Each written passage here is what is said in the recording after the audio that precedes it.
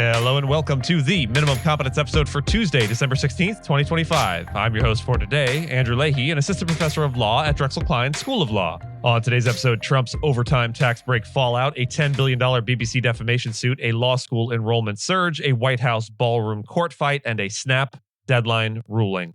Let's remember, life is like riding a bicycle. To keep your balance, you must keep moving. And read today's legal news. On this day in legal history, December 16th, 1936, the U.S. Supreme Court heard oral arguments in West Coast Hotel v. Parrish, a case that would become a cornerstone in constitutional law and mark a significant turning point in the court's approach to economic regulation. At issue was the constitutionality of Washington state's minimum wage law for women, which had been challenged by the West Coast Hotel Company after Elsie Parrish, a maid, sued for back wages. The case arrived during a period when the court had consistently struck down New Deal-era economic regulations, relying on a broad interpretation of freedom of contract under the Due Process Clause of the 14th Amendment. Earlier cases like Lochner v. New York had enshrined a judicial skepticism toward government interference in labor and wage arrangements. However, in Parrish, the court's posture shifted. The eventual decision, handed down in 1937, upheld the minimum wage law, effectively signaling the end of the so-called Lochner era. The majority reasoned that the state had a legitimate interest in protecting the health and well-being of workers, particularly vulnerable low-wage employees. Justice Owen Roberts, who had previously sided with the court's conservative bloc, voted with the majority. His move later came to be known as the switch in time that saved nine, as it followed President Roosevelt's controversial proposal to expand the court. The decision validated broader governmental authority to regulate the economy, and it cleared a path for many New Deal policies to take root. It also marked a recalibration in the balance between individual economic liberty and the public interest. West Coast Hotel remains a landmark case in U.S. constitutional history, exemplifying how judicial interpretation can evolve in response to changing social and economic realities. In my column for Bloomberg this week, I talk about the so-called no tax on overtime policy the Trump administration has been trotting out. The 2025 tax and spending law introduced an overtime tax deduction that was billed as relief for overworked working-class Americans. But the reality shaping up for the 2026 filing season is far more complicated and far less beneficial than its political framing suggested. The deduction does not exempt overtime pay from taxation. Instead, it offers a narrow, post-withholding deduction that workers must calculate themselves, often without support from their employers or sufficient guidance from the IRS. The structure of the deduction is flawed. It only applies to the half portion of time and a half pay and is capped at $12,500. For lower-wage workers to take full advantage, they must clock extraordinary amounts of overtime, something not feasible for many. Meanwhile, employers are actively disincentivized from helping employees understand or claim the benefit. If they report eligibility and make an error, they could face legal penalties, while doing nothing carries no risk. The system thus favors inaction and leaves employees to fend for themselves. Without clear W-2 guidance or safe harbor rules, the deduction becomes accessible primarily to those with tax professionals or payroll tools, functioning as a quiet subsidy for the well-advised. For others, it's a bureaucratic maze with limited reward. To prevent administrative failure, the IRS should at least provide a legal safe harbor for employers and model W-2 language. A more ambitious fix would be a flat-rate standard deduction for eligible workers, reducing complexity. Until then, this relief policy punishes transparency, discourages compliance, and places the greatest burden on those with the fewest resources. Donald Trump filed a lawsuit in federal court in Miami seeking up to $10 billion in damages from the BBC, alleging defamation and violation of Florida's unfair trade practices law. The suit stems from an edited segment in a BBC Panorama documentary that combined parts of Trump's January 6, 2021 speech, specifically his calls to march on the Capitol and to fight like hell, while omitting language where he encouraged peaceful protest. Trump claims the edit falsely portrayed him as inciting violence and caused substantial reputational and financial harm. The BBC had previously admitted to an error in editing, apologized publicly, and acknowledged the clip would give a misleading impression. However, the broadcaster argues that there is no legal basis for the lawsuit. UK officials have backed the BBC's position, saying it has taken appropriate steps. Despite this, Trump's legal team claims the broadcaster has shown no real remorse and continues to engage in what they describe as politically motivated misrepresentation.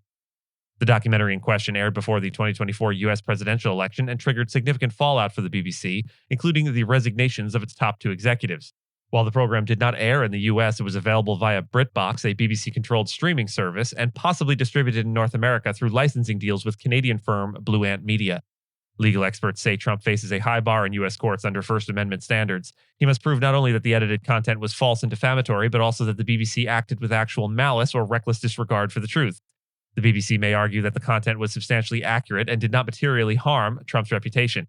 Other networks, including CBS and ABC, previously settled defamation claims with Trump after his 2024 election victory. U.S. law school enrollment surged 8% in 2025, reaching a 13-year high with 42,817 first-year students, according to new data from the American Bar Association. The increase follows an 18% rise in law school applicants and continues a multi-year upward trend, fueled by a mix of economic uncertainty, political intensity, and growing interest in legal careers.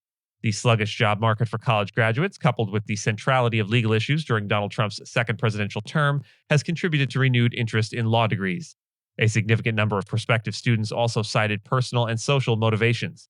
A survey of 15,000 LSAT takers found rising interest in using law degrees to help others and advocate for social justice, with both reasons seeing double-digit percentage increases over the last year. The pool of LSAT test takers has grown as well, signaling likely continued enrollment growth in 2026. Some elite law schools, including Harvard, enrolled their largest first-year classes in over a decade. However, the long-term outlook remains uncertain. Legal employment has been strong in recent years, with the class of 2024 posting record job placement, but experts warn that advances in artificial intelligence could reduce demand for new associates, particularly at large firms offering high salaries. Smaller sectors like government and public interest law may struggle to absorb excess graduates if hiring slows.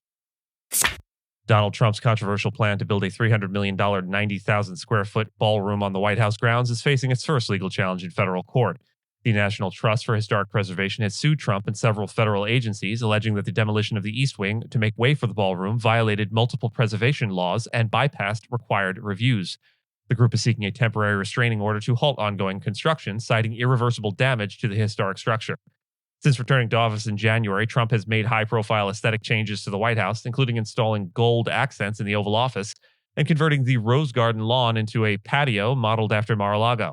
But the scale and visibility of the ballroom project has drawn particularly intense criticism, especially as heavy machinery was seen dismantling the 120-year-old East Wing.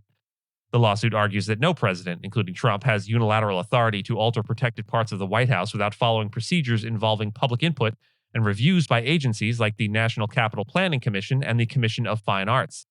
The administration defended the project as lawful, citing historical precedent and presidential authority to modify the executive residence. It emphasized that above-ground construction was not scheduled to begin until April, rendering emergency relief unnecessary. Still, the National Trust contends that public consultation and proper approvals are not optional and must be upheld, regardless of the project's timeline or presidential status. A federal judge has ruled that the U.S. Department of Agriculture, USDA, must extend the deadline for states to implement new immigration-related restrictions on food aid benefits under the Supplemental Nutrition Assistance Program, or SNAP.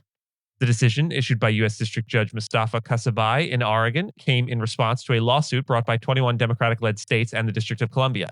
The states argued they were not given adequate time or clarity to comply with the new laws, which were tied to President Donald Trump's domestic policy legislation passed in July.